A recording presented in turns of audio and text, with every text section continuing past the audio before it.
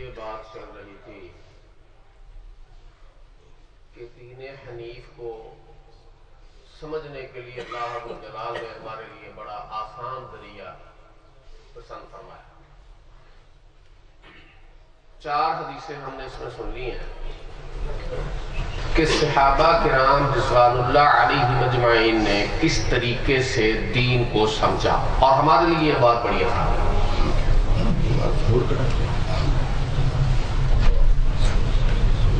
کیونکہ یہ جو ہمارا معاملہ ہے نا، یہ جو ایک ہمیں شک پڑا ہوا ہے اور ہم یہ زبان زد عام یہ بات ہے جی فرقہ واریت عقیدی منیے عقیدی نہ منیے، یہ بالکل ہم اپنی ذات کو دھوکا دیں۔ پہلی بات یہ ہے کہ 90% باتیں متفقہ علیہ ہیں تمام مسالک نزدیک، شراب، جوا، رنڈی بازی، زنا، فراڈ، جھوٹ، معاشرتی معاملات، یہ تمام متفقہ ہیں۔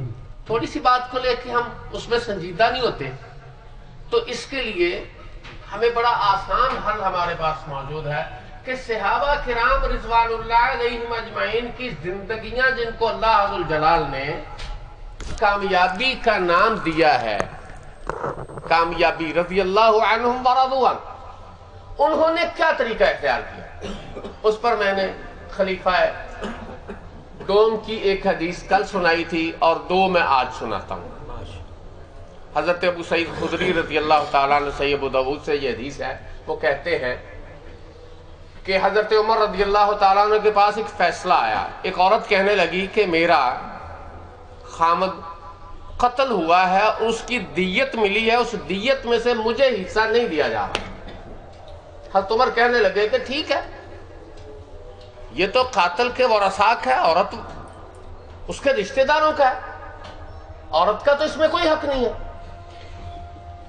تو وہ عورت خاموش ہو گئی، تو پہلو میں ضحاک بن سفیان رضی اللہ تعالیٰ عنہ بیٹھے تھے، وہ کہنے لگے خلیفۃ المسلمین، میں رسول اللہ صلی اللہ علیہ وسلم کے پاس تھا، فلاں بنت فلاں کی دیت کا جب فیصلہ ہوا تو رسول اللہ صلی اللہ علیہ وسلم نے 6واں حصہ جو ہے وہ عورت کو دیا دیت میں سے۔ آپ سمجھیں وراثت اور دیت میں فرق ہے۔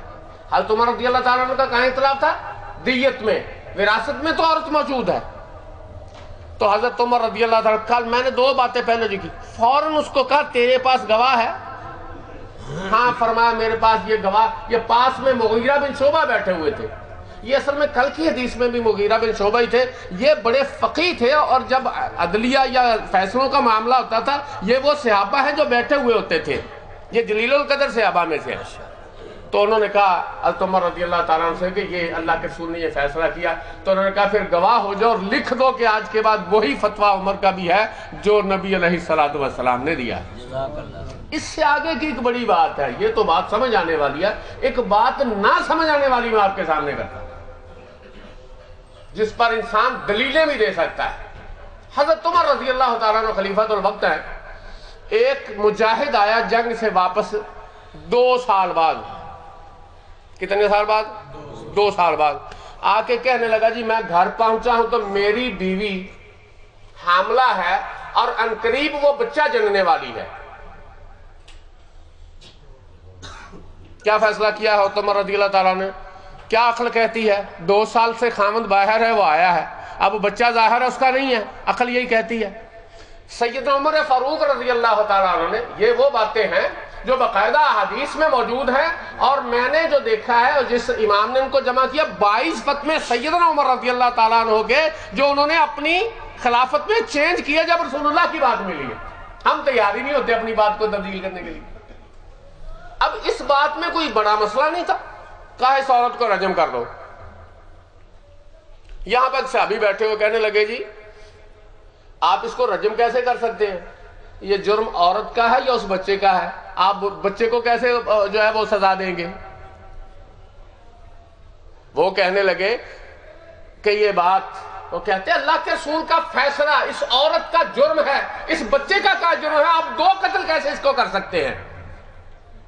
حضرت عمر رضی اللہ تعالیٰ عنہ کہنے لگے کہ اس بات کی جو ہے اس بات بھائی کی بات میں وزن ہے، اور اس کو نوٹ کرو. بیٹھے ہوتے تھے قاضی، نوٹ کرو اس فتوے کو کہ ایسا نہیں کیا جائے گا. پھر ہوا کیا؟ چند دنوں کے بعد یہ حدیث میں موجود ہے، بچہ پیدا ہوا اور اس کے منہ میں دانت بھی نکلے ہوئے تھے، اور وہ بندہ باپ بباغے دوہل کہتا اللہ کی قسم یہ میرا تخمہ سے پوری شکل میرے سے ملتی ہے، جاؤ حدیث اٹھا کے دیکھو. حالانکہ یہ معاملہ، اس میں مسئلہ وہی تھا، اس میں صرف روکا کہاں گیا کہ بھائی عورت کو سزا ملے گی، بچے کو نہیں ملے گی. اور اس سے فائدہ کیا ہوا کہ وہ بچہ، اور یہ حدیث دیکھنے میں عقل شاید اس کو نہیں مانے، لیکن حدیث میں موجود ہے کہ وہ بچہ جب پیدا ہوا تو اس کے دانت نکلے ہوئے تھے. اب یہ اللہ کچھ بھی کر سکتا ہے. اللہ یہ ایسی کرامتیں تو ہم جلدی مان لیتے ہیں، حدیث کے بعد جلدی سمجھ میں نہیں آتی. تو وہ بندہ کہنے لگا کہ اللہ کی قسم یہ بچہ میرا ہی ہے، یہ ہو بہو شکل بھی اس کی میری ہے. تو میرے بھائیوں، اصل میں بات جو ہم آپس میں کر رہے ہیں وہ یہ ہے مسئلے کی بات کہ ہم جو بھی کرتے ہیں اس بات کا عہد کر لیں اور ہمارا عقیدہ ہو کہ جب میری کسی بات کے سامنے رسول اللہ صلی اللہ علیہ وسلم کی بات آئے اور میری بات اس سے ملے نا، تو میں اپنی چھوڑ کے کس کی مانوں؟ اللہ رب العزت ہمیں رسول اللہ صلی اللہ علیہ وسلم کا مقام سمجھنے کی توفیق عطا فرمائے.